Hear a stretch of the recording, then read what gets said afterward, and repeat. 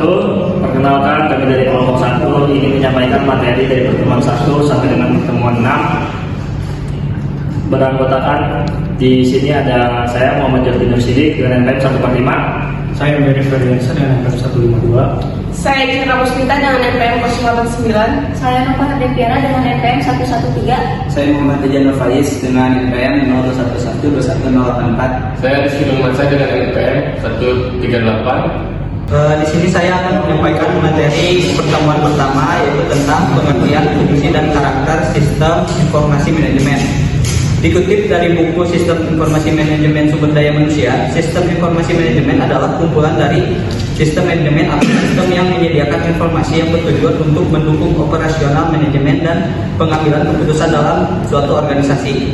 Tujuan utamanya adalah untuk memecahkan berbagai masalah dalam bisnis seperti layanan, biaya produk, dan strategi bisnis. Adapun pengertian sistem informasi manajemen menurut beberapa para ahli adalah sebagai berikut. Yang pertama adalah Bognar dan Hopwood. Sistem informasi manajemen adalah kumpulan perangkat keras dan perangkat lunak yang dirancang untuk mentransformasikan data dalam membentuk informasi yang berguna. Yang kedua adalah L. James Avery. Menurut James, pengertian manajemen informasi sistem adalah prosedur logis dan rasional untuk melakukan atau merancang suatu rangkaian komponen yang berhubungan satu sama lain. Dari beberapa pengertian tadi, maka kita bisa melihat beberapa manfaat penting dari sistem informasi manajemen. Berikut ini adalah beberapa manfaatnya. Yang pertama, menyediakan informasi untuk digunakan dalam perhitungan harga pokok produk, jasa, dan sebagainya. Yang kedua, menyediakan informasi yang bisa digunakan untuk mengendalikan evaluasi serta melakukan perbaikan yang bersifat berkelanjutan.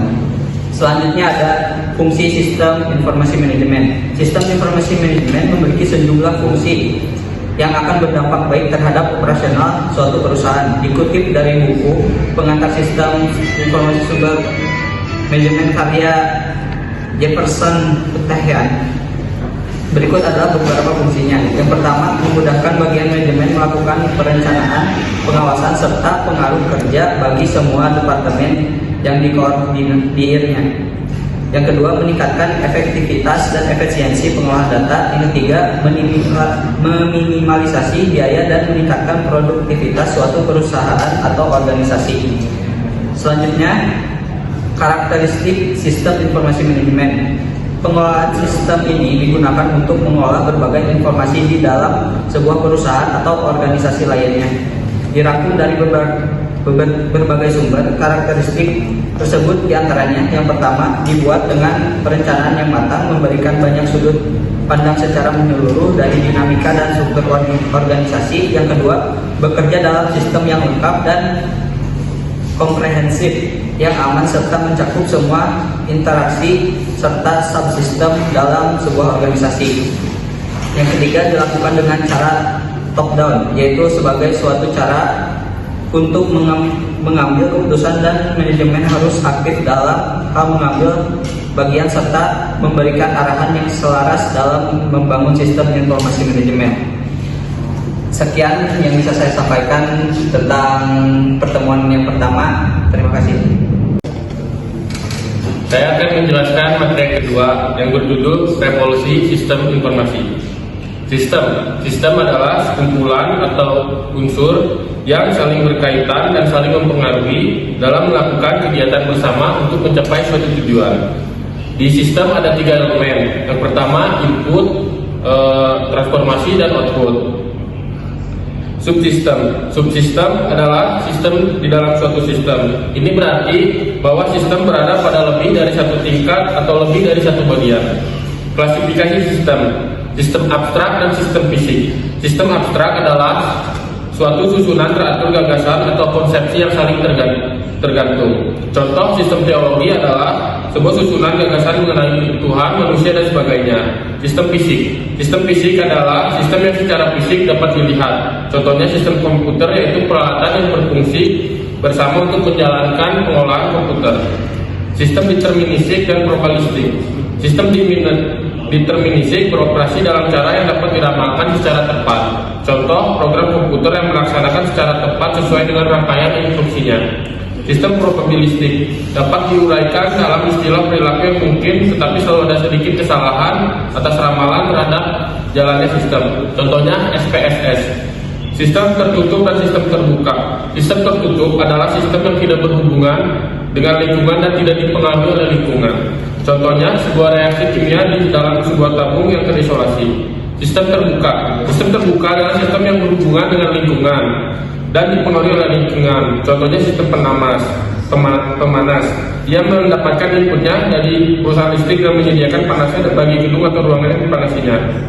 Sistem alamiah dan buatan manusia. Sistem alamiah adalah sistem yang terjadi secara alamiah tanpa campur tangan manusia. Contohnya sistem tata surya. Sistem buatan manusia adalah sistem yang dibuat oleh manusia. Contohnya sistem komputer, sistem mobil, dan sistem telekomunikasi. Sistem fisik dan sistem konseptual. Sistem fisik adalah sistem yang terdiri dari sejumlah sumber daya fisik. Sistem konseptual adalah sistem yang menggunakan sumber daya konseptual, informasi, dan data untuk mewakili suatu sistem fisik. Contohnya, komputer adalah suatu sistem fisik, tetapi data dan informasi yang disimpan di dalamnya dapat dipandang sebagai suatu sistem konseptual. Pendekatan sistem adalah kerangka kerja yang dianjurkan dalam memecahkan suatu masalah yang dilakukan oleh manajer. Pemecahan masalahnya meliputi masalah, pemecahan masalah, solusi, dan keputusan. Langkah-langkah pemecahan masalah yang dilakukan oleh seorang manajer. Yang pertama, usaha persiapan, kedua usaha definisi, dan ketiga usaha solusi. Data dan informasi. Data adalah bahan baku informasi, sedangkan informasi adalah data yang telah diproses. Revolusi sistem informasi. Pada tahun 1950 sampai 1960-an, komputer ditempatkan di ruangan besar dan hanya boleh disentuh dan oleh spesialis komputer perusahaan. Namun kini otomatisasi kantor telah berkembang dengan aplikasi seperti teleconferencing, voice email, dan lain-lain. Sistem informasi dapat didefinisikan sebagai sekumpulan komponen yang saling terkait yang bertujuan untuk mengumpulkan, mengolah, menyimpan, dan menyebarkan informasi untuk mendukung pengambilan keputusan, koordinasi, dan pengendalian. Sistem informasi manajemen adalah sebuah sistem informasi yang selain melakukan pengolahan, sebuah organisasi juga memberi dukungan informasi dan pengolahan untuk fungsi manajemen dan pengambilan keputusannya. Fungsi dari sistem informasi, yang pertama mengumpulkan dan menyimpan data, kedua memproses data menjadi informasi, ketiga memanajemen data-data dalam kelompok-kelompok, keempat mengendalikan kontrol agar aset perusahaan terjaga, dan yang terakhir menyediakan informasi bagi pihak manajemen. Selanjutnya saya ingin menjelaskan materi ketiga yang judulnya itu informasi. Pengertian informasi manajemen adalah suatu perencanaan bagian dari pengendalian internal dalam bisnis yang terdiri atas pemanfaatan dokumen, manusia, teknologi, serta produser dalam manajemen. Definisi informasi menurut R. Michael, informasi adalah data yang dapat diolah menjadi bentuk yang memiliki arti bagi si penerima dan bermanfaat bagi pengambilan keputusan saat ini atau keputusan yang akan mendatang. Ciri-ciri informasi yaitu terbaru, tepat waktu, relevan, konsisten, dan pengajuan dalam bentuk yang paling sederhana.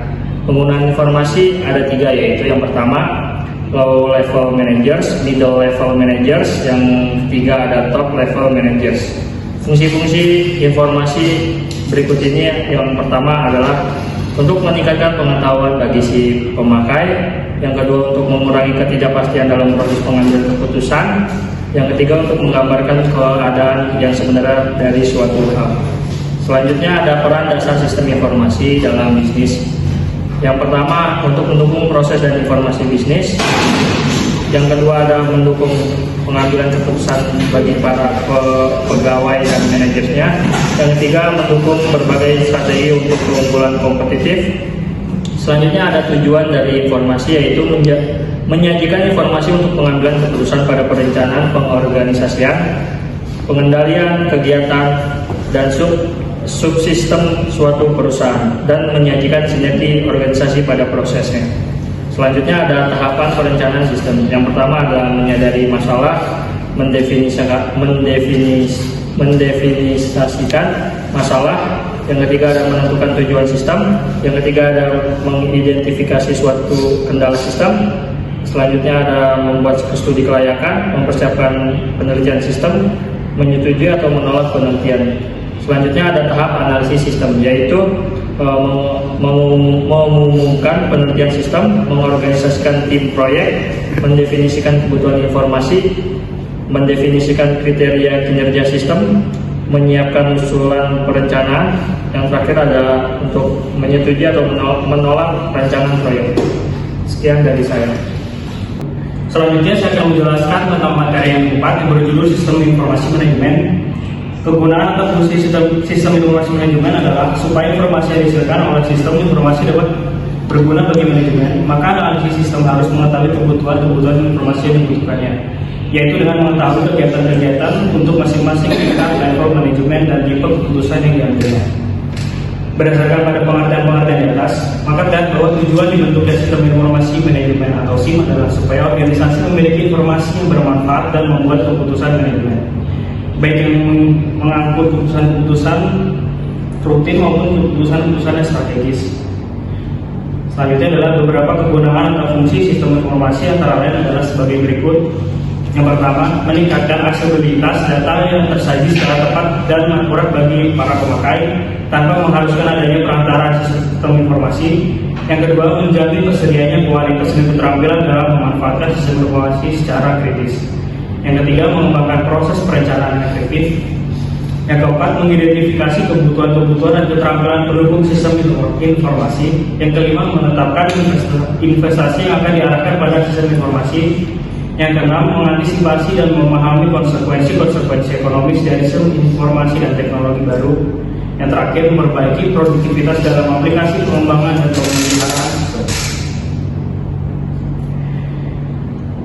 Konsep sebuah sistem keputusan tertutup jelas menganggap orang rasional secara logis menguji semua alternatif, mengurutkan berdasarkan kepentingan hasilnya dan memilih alternatif yang membawa kepada hasil yang terbaik atau maksimal. Model kuantitatif pengambilan keputusan biasanya adalah model sistem keputusan tertutup.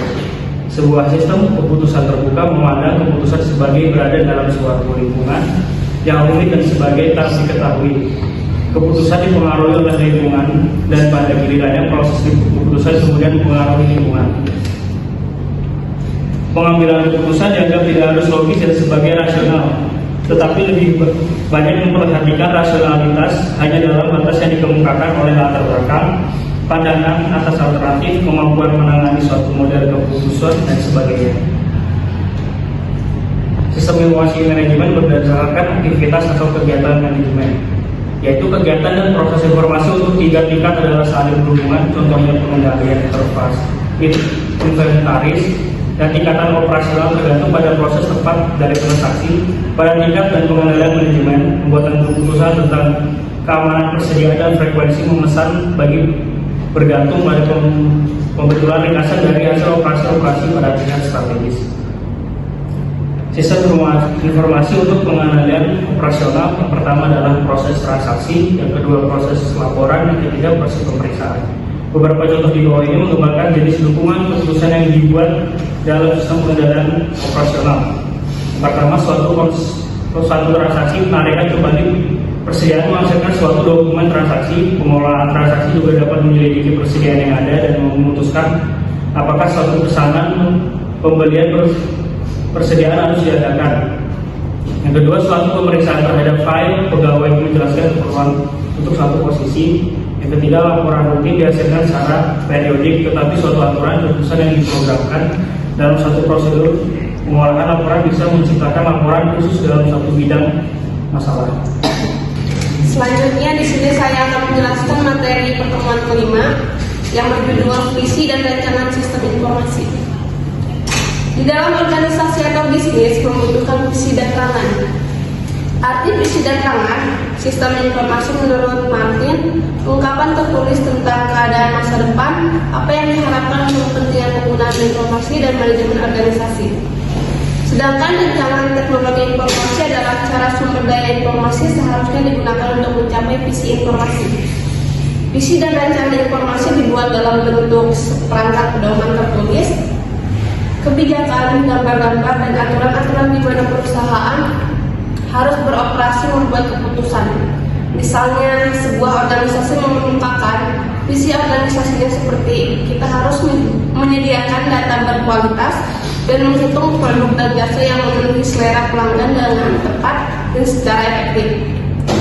Nah, dari contoh visi tersebut, perusahaan dapat menggunakan visi tersebut untuk perencanaan dan operasional sistem informasi di perusahaannya.